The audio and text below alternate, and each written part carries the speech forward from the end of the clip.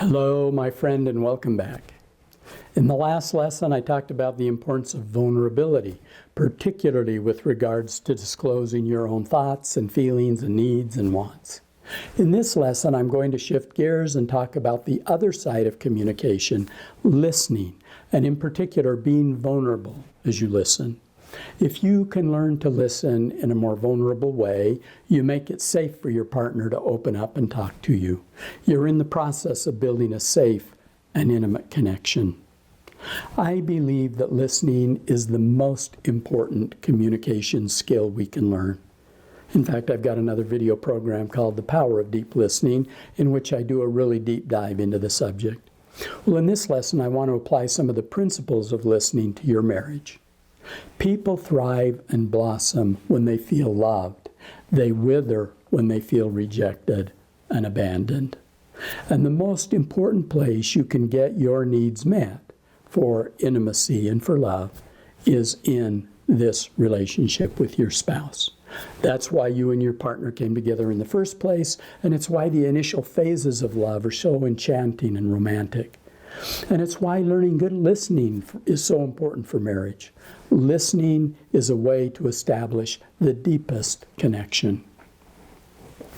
Good listening is all about creating safe and trusting conditions in which you and your spouse can be real and vulnerable and share your thoughts, feelings, needs, and fears with each other. It requires that you suspend your tendency to judge your partner and instead to be present in a way that you really hear the meaning, the unspoken needs and feelings that he or she is conveying. Good listening is not something you do so much with the mind as with your heart.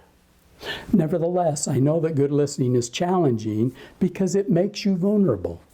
Let's go back to my lesson, my example, I should say, from the last lesson. Suppose your spouse walks up to you. Do you remember the example that I gave you with the spouse that was feeling somewhat lonely? Suppose your spouse walks up to you and he says, you're just coming home from work, and your spouse says to you, "You don't think about anybody around here but yourself, do you? You work late, you come home late, you don't care about me and the family as long as you're advancing in your career." Oh my, how would you respond? Isn't it easy to react? If you're a dominator, you'll go on the defense and attack right back. Who are you to call me selfish? I can't get you up off the couch to do a darn thing with the family every weekend. If you're an accommodator, you might take a quick shot. Who are you to talk to me like that, but then withdraw, pout, refuse to talk to your spouse for the next 3 days? If you're an avoider, you'll let it blow over, act like nothing really happened. The problem is that each of these responses are more about you than your partner. You use those kind of responses to protect yourself from your own deeper, more vulnerable feelings. But you don't ever really solve the problem. They just lead you and your spouse into a negative dance of intimacy. The dances of escalation that we've talked about, invalidation, pursue and withdraw, and so on. Right now, more than anything else, when your spouse comes on strong, like my example, what you need to do is listen. It's hard when you feel attacked. And perhaps you'll need to take a little bit of break and do some self-soothing before you can really listen.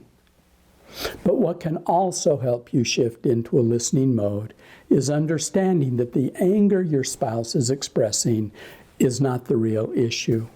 The anger you hear coming from them, like we talked about in the last lesson, is protective.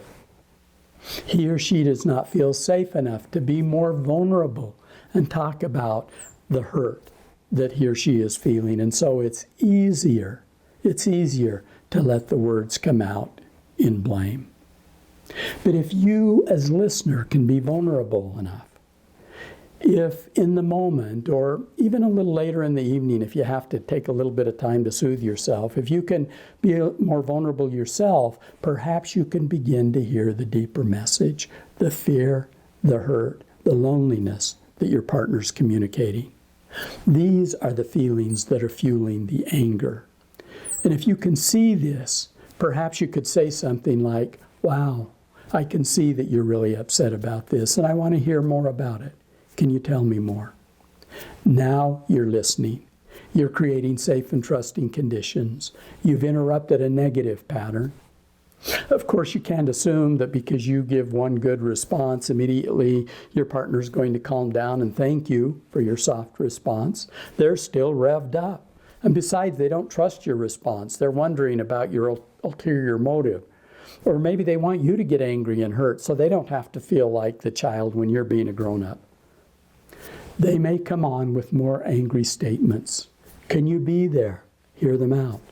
You don't have to agree. It doesn't have to feel good. Neither do you have to personalize what you're saying.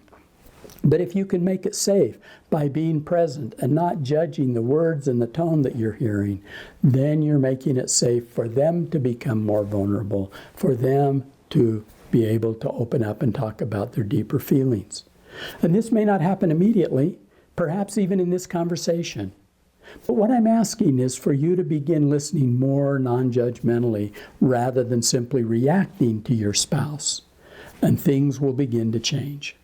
I like an analogy that my wife has used with me. When someone around her is angry, she thinks of herself as a chain link fence rather than a slat board fence. When the wind blows, it goes right through the chain links because they don't put up any resistance. Well, as you can listen without pushing back, your partner will notice. It'll feel good to them. And perhaps then the two of you can begin to talk to each other in a more vulnerable way as you move into collaboration rather than the other styles of communication. Of course, and this is really important, most opportunities to be a good listener don't come when you're being attacked. My example from earlier is kind of extreme. Can you start to pay more attention to your spouse and practice good listening whenever you're together, even in those quieter moments? Can you be present whenever they speak to show that you're interested in hearing what they have to say? Can you choose to be a safe place when they talk about something troubling them? It might be about work, or it might be about one of the kids, or it might be about who knows what, rather than interjecting your own opinion or trying to make things better for them. Can you let go of your own judgments, not always, but in critical moments, and just be there? By the way, research and experience tell us that women typically do this better than men. Of course, not if they feel too threatened. But in general, women are more emotionally attuned and want to create harmony in their relationships. They're better listeners. As men, we also need to develop these skills. Well, many women are going to hear what I'm saying in this lesson and say, well, my problem isn't my husband getting angry, it's that he distances and I can't get through to him. And I would say, again, don't harangue him. Be interested in his world. Listen when he does speak. Really be present with him. Make yourself a safe place for him, even if his style is more avoidance. It's not your job to change his personality or communication style. Just be there in a safe way when he does talk, when he does share something with you. Well, I share all of this knowing that it's hard to listen well. We lack good training in listening, and many of our natural responses are harmful, not helpful. So I'm going to continue talking about listening in the next lesson by exploring some of our unhelpful responses and then offering some guidelines for good listening.